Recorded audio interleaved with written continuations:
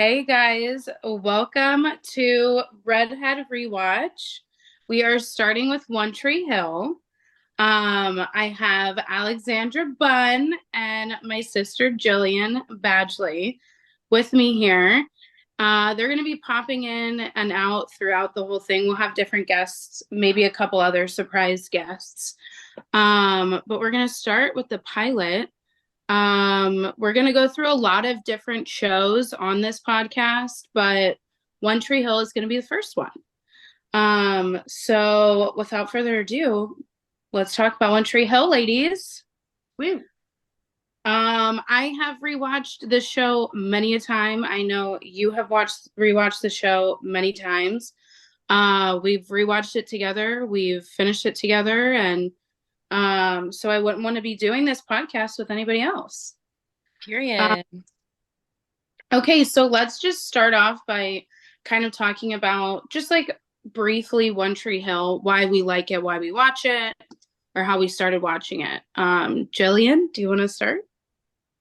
Well, I was gonna say since you're the redhead, you should start, but I guess I can start. Go last. We'll save the best for last. Oh, okay. Yeah, I mean, I started watching One Tree Hill through you.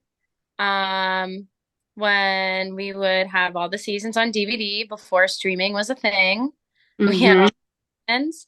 Um, yeah, I just feel like for being like a Gen Zer weird with like being a little younger than a millennial, but a Gen Z, but I feel like I can go with like in between.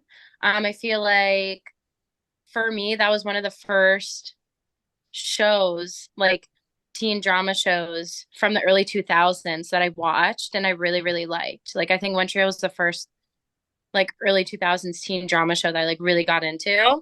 Mm-hmm. And yeah, I just love the characters. Loved Nellie. My favorite character is Brooke Davis. She is the most dynamic character throughout the whole series.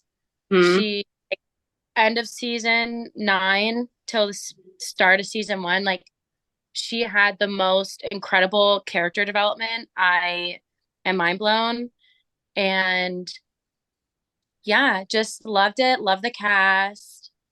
Um, yeah, it just every time I rewatch it, it just makes me feel happy. It brings me back to like good times, like, but yeah, just love the cast. 10 out of 10. Close over breath. Fun. My experience is similar. I think I knew that Jackie was obsessed with the show, but it was like Tumblr times where I kept seeing all these One Tree Hill edits on Tumblr, and I was like, all right, it's time for me to watch this show. So I sought out Jackie and I was like, please give me your DVDs. And I think thinking back, I think it's the first show that I ever like binged because that wasn't really a thing back then because there was no streaming. So it was really Mhm. just like Jackie and her DVD sets, and she was the only one binging. But I remember there would be nights where I was so obsessed with the show where I would like calculate how many episodes I could watch in one night, like and still go to bed at a reasonable time, or like based on my dance schedule that night. So Mm-hmm. I love the show. Also, love Brooke Davis. Also, you'll learn that from the first time I watched it to like the 30th time I watch it, my opinions have really changed. I started out as a big Peyton girly, um, and now I hate her. But we're friends, so obviously she changed her mind. Jackie will never let me forget it, but I was a Peyton girly, and I was never like I would never fight for her when she didn't deserve to be fought for. But I just in my initial reaction was that I liked her, and now I don't at all. But yeah, love the show, specifically seasons like 1 through 4. Yes. High school is tough for me, but I do, there are some good moments. Yeah. For sure. I mean, I feel like too, just like you said, I mean, binging is such a thing now, but like back then it wasn't. And it was like you would have to sit there and take the DVD out, put the new DVD in. Although I will say one thing that I do miss about the DVDs is the deleted scenes, like all of the extras that were like at the end Yeah. of Mhm. this, get the season, all that stuff. And like the pamphlets, there's like a pamphlet and it gave you a summary of Description. each episode Yeah. on each disc. And you love that because you're like, all right, what was this episode where this happened? What disc is this on? And literally open the manual in the TV packets and it would tell you. So yeah. And like going back and rewatching it, I remember specifically with season 8, which is one of my favorites. I remember there would be like clumps like per disc of episodes that I loved, and I'd be like, "Oh, I love disc 3." Like that's my favorite part of the season. Mm-hmm. Or I remember like me and Cece babysat together for her cousin or whatever. So I would literally take like all my favorite discs from like all my favorite shows and just put it in like one little DVD booklet and like bring it for that night or whatever. But yeah, I mean, One Tree Hill for me is like kind of everything. I feel like out of all of my friends, I mean, I had Jillian watch it, I had you watch it, I had Jess watch it, I had everybody watching it, even my family, like my mom, Uncle Brad, like our parents, like I would have it on all the time. So they would also like they know what goes on in the story. So I think for me, One Tree Hill, I started watching in like 8th grade. By our senior year was the last season 9. I remember that. Yeah. And I don't know. I think it was just the music, the sports of it all, the small town, like just kind of all of it. And it definitely like helped me get through, especially like middle school, and high school. But like, I think really middle school was like when you're just like emo and you just sit in your room and watch, you know, teen dramas. Like that's what you do to feel like related and like other people are going through what you're going through. And I actually watched One Tree Hill on YouTube until I got the DVD sets, like for Christmas or whatever it was.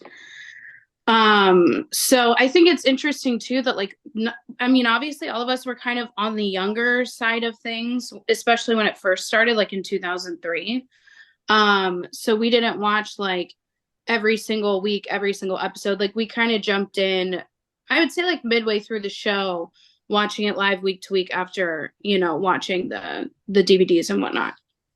But I love that we have Alex Bunn on this, and she's going to pop in and out because me and Bunn have opposite opinions on pretty much everything and every show. Not so much anymore. We did at one point. Originally we did. And I will say too, to your point of that, like I used to have no room and no excuse and no love at all for Peyton. And over time, and I think listening, I know you guys don't listen to Drama Queens, but listening to, and like even Hillary Burton talking about constantly like Peyton's the worst. And knowing the backstory of Mark and all of that stuff, which like we'll get into that when we talk about episodes and stuff. I even like found newfound love for Peyton. I think too, when you go back and rewatch things as you get older, things look different. Like Keith, hot, love Keith. Keith is my favorite. Like, you know, obviously when I was in 8th grade, I wasn't like, ooh, Keith. Like maybe some people were, but I was not. Total zaddy. But anyway, yeah. So I mean it's just, and obviously it's like a huge fandom and it still continues to be for this to this day. Drama Queens podcast is huge. Everybody loves One Tree Hill. So without further ado, let's jump into the pilot episode, which we won't probably talk too much on because it's the pilot. I feel like pilots of every show, like so different than the actual show and how it takes and all that stuff. So the air date was September 23rd, 2003. Of course, gotta get 23s. And they did talk about on Drama Queens that obviously like they did that on purpose because of, you know, the 23 of it all. The Michael Jordan years obsession at that time. But yeah, I thought it was interesting that they didn't have the Gavin DeGraw song yet. Right. Yes. So like in the pilot, it's literally just, it's kind of like in the later seasons when I think it was like 7 and 8, when they didn't have the intro and the song, it was just One Tree Hill in black and white. That's what it was for the pilot episode. And then it was just Chad like dribbling across the bridge. And then they played that song Which I do also have like notes on the music, because music to me is One Tree Hill, and was like what I loved about One Tree Hill. I can't find the song. Um, oh, it's called, I had it written down. Oh, 40-Foot Echo. It was like a really intense, like down song, which was like not how the show took off. And they had said too that like Mark, I guess, wanted it to be more of like a serious, broody, like sports show. And like obviously that's not where it went. Right. But and everyone's just like such a baby. It's weird to see Peyton and Nathan together. But like the bones of the show, I feel like you can see like the big basketball scene at the end with, you know, Lucas and Nathan, and but then there were also some really slow parts that I thought were interesting for like a pilot. Like there was like a 10-minute scene with Karen and Lucas just like talking, where she's like, maybe you should play ball. Like it was just like, you know what I mean? For a pilot, I feel like you really have to like distinguish what the storyline is about. And like, yeah, it's about, you know, the parents and the relationships, but I just thought it was like there were some kind of slow parts of it, you know? My biggest realization, because I was saying to Jackie, I haven't rewatched the pilot in so long because it's just not that interesting to me. I always skip into like episode 2 or 3. I forgot that Brooke is not even in the pilot.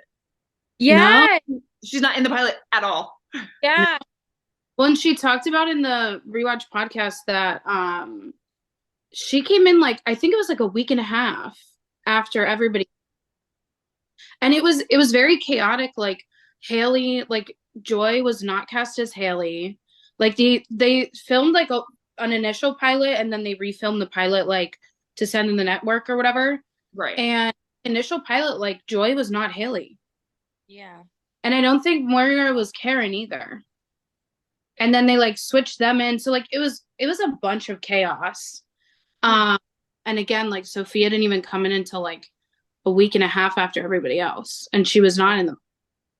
And I like that they about that on the Drama Queens podcast, like when they went over the pilot, how like we now know, like, you know, Bethany and Sophia were, Peyton was already there, but like Bethany and Sophia were literally like, Bethany's like, I literally went down there and started filming right away. She goes, you know, even though I had all this experience, she goes, I felt like, you know, so small because like I was thrown in last minute, you know, so I can't imagine like being like, oh, I'm in the show and you all have been here already, like quote unquote, Yeah, like for a week. Like, hey, I'm like, yeah, I think, I mean, the Nathan and Peyton of it all is like the craziest part to me. I feel like it's just like they have no chemistry. yeah. It's cringy, like, and it's so weird, like, because the first episode that I ever saw of One Tree Hill was Nathan and Haley's wedding at the end of season 3. And so then when I got the DVD sets and went back and was like watching every single episode, and I watched the pilot, I was like, what is this? Like, it's so crazy, like how completely different it is. And it's also something about the pilot that, like, I guess this is kind of the interest grab, because one of the things when I started watching it was I was like, wait, whose mom is who? Because Lucas is blonde, but Danny's hair, but Nathan has brown hair, but Deb has blonde hair. But Deb's not in the pilot, is she? No, but she was in that episode that I watched. Yeah. Or it was the finale of 3, first episode of 4. And in the first episode of 4, Lucas gives that whole like basically describing the show. And I was like, wait, brother, uncle, what? Like, and then Deb's brother was in it, Cooper. So then like they were talking about Uncle Cooper. So I was like, wait, who's the uncle? Who's the dad? Who's the brother? Like, who's mom's? And so I think that craziness of the storyline of like in the pilot, they live in this small town, yet not until Lucas is like trying to be on the basketball team had anybody about that Dan who again lived in this small town and probably saw Lucas and Karen at least once a week, didn't bother with them or do anything to them or talk to them. Well, and then the whole thing is they play up into this more throughout the show, but like how Lucas had been pining over Peyton his whole life, but Yeah. he didn't think about the fact that Peyton was dating his half brother. Like that part was never spoken about, but he loved Peyton forever. Yeah. And also, like, what brought on this love of Peyton? Why? Was it because she was the cheerleader, but like the broody one? Like, No, do you know? maybe it's her broodiness. He's like, I'm broody, you're broody. Let's brood together. Yeah. I just think. Go ahead. No, you go ahead. The biggest thing for me, I wrote this down, this is the only note I took because the pilot's so stupid, is that Haley, they make Haley, like throughout the show, like she's tutor girl, they make her seem like this big nerd. But in the first episode, she's like making fun of Lucas for being a nerd. And she's like, oh, like reading is your thing. Like, and then when he's talking about the ravens and the different words for like flocks of birds, and she's like, yeah, who would know that? And then they turn her into this big nerdy girl. Yeah. But also too, I feel like when I first like thinking about like watching the pilot with Haley and Lucas and their interactions, I thought to myself, you know, they are making Haley to be like the nerdy one, but I felt like the way they like had her dressed in the show and stuff didn't give me like nerd vibes. Like she wore the low cut jeans with the little midriff top, like the cute clips, a denim jacket. Like to me, she looked like, I feel like if they were like, I just feel like she didn't scream extremely nerdy. And I don't know if they did that to get more appeal for her character to make her look. But I just feel like I didn't really get, apart from being smart, like she was still insanely pretty and they still dressed her like, you know what I mean? Well, so I think that was a lot to do with Mark because she said like in her audition and everything, she had like pigtails and like all this like quirky stuff. And he always wanted the girls' hair to be down. He always wanted them to like dress a certain. So I think that was probably Mark. Right. I'm sure that she tried to have it be more like nerdy and not as like stylish, cute, whatever. So I think that was probably his dumbass. A second. But yeah, I just think my biggest takeaway from the pilot, other than Nathan and Peyton being awkward, was just I know it's a show, like it's not real. We have to create the drama, but like it just seems so far-fetched to me that living in this small town, that a dad, somebody who fathered a child could abandon them yet still live in this small town. Yeah. Mm-hmm. Like they never moved away. They never lived away. Like they always lived in Tree Hill. And they went to school together up in like he was in school with Nathan since obviously they were like in elementary school. Like why now when he gets to high school, now it's like a big talking about it is like a big deal. Like right. He plays like, you know, they didn't talk about it too much, but like Lucas, like, you know, played football and they didn't talk about it, but like he threw the football with Keith. Dan had that picture of Lucas in a football outfit. And I was like, okay, so Lucas was a football player, you know, probably up until high school and like basketball just at home. But it's like, why, like, as he's already doing these sports, like, you clearly know he's there. Like, I agree. Like, I understand it's for the dramatic effect, but it just felt like, bro, like, you definitely would have met before these, like, 15 years. Yeah. Or like, not even a run in here. Before. Like, you know what I mean? Like, it just, I don't know. That was something that was, like, hard for me to, like, pinpoint. And again, I feel like every show, the pilot is always, like, floppy and, like, you know, you have, the show starts to pick up steam not in the pilot.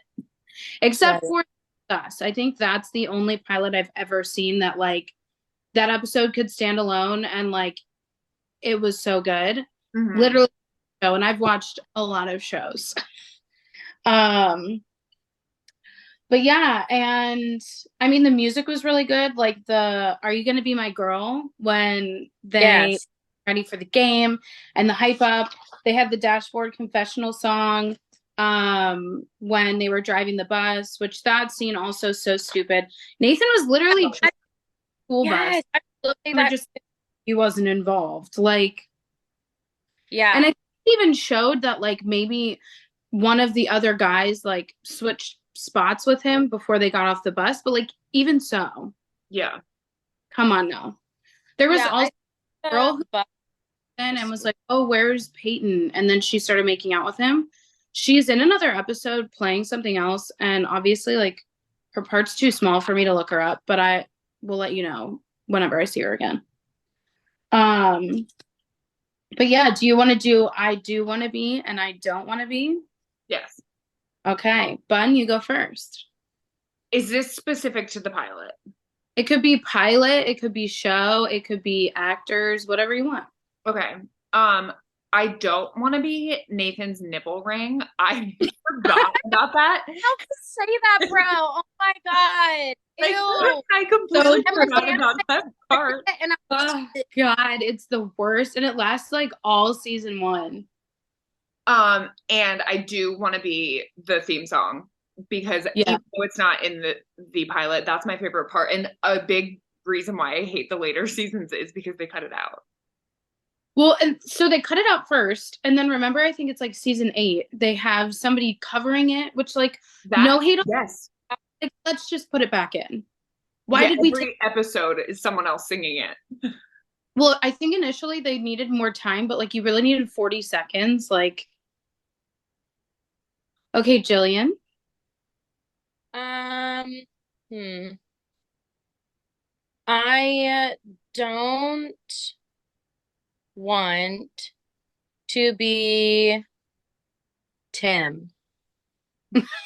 now, but Tim later is like no. Tim does have a good character development for sure, but like if we're talking about season 1 pilot Tim, I literally like no. I Tim.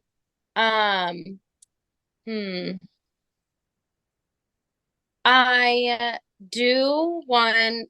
I would say like I do want to be Haley because there's that scene where she's sitting in the cafe with her and Karen and Lucas. Mm-hmm. And Karen gave him the Julius Caesar book. And just like the quirky things. Well, like just like the quirky things that like Haley says and does and how like over hyper she is and stuff, like I feel like that would be me in a situation like that. So I feel like that scene just like correlates with me. So I would say like, yeah, I would say Haley. That for sure. I would say I don't want to be Peyton and Nathan kissing. I do want to be